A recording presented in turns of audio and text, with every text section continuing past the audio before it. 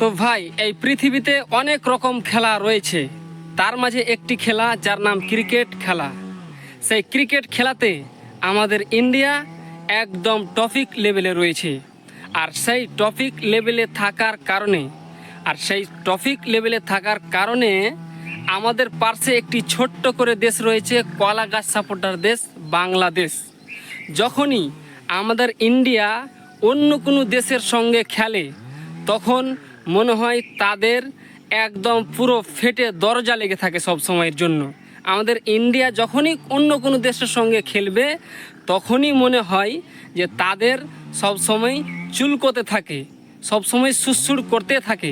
So চলো, তাদের কিছু ফ্যান রয়েছে, বাংলাদেশি দর্শক আছে কিছু, দেখি আর তাদেরকে চুলকানি মহলম লাগিয়ে দিই। চলো। এক কথা, ইন্ডিয়া বুয়া, ইন্ডিয়া বুয়া। হ্যাঁ, ইন্ডিয়া ভুয়া।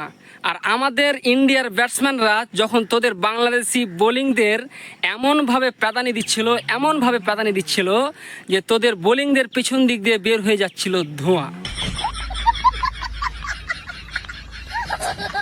এবার চলো বাংলাদেশি কিছু মহিলা দর্শক দেখে আসি।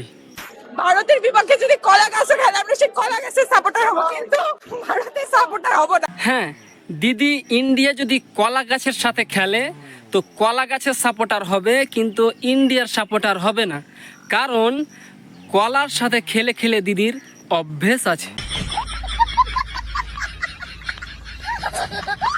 এবার চলো, বাংলাদেশের খেলা যখন হয় তখন বাংলাদেশের দর্শক কি বলে।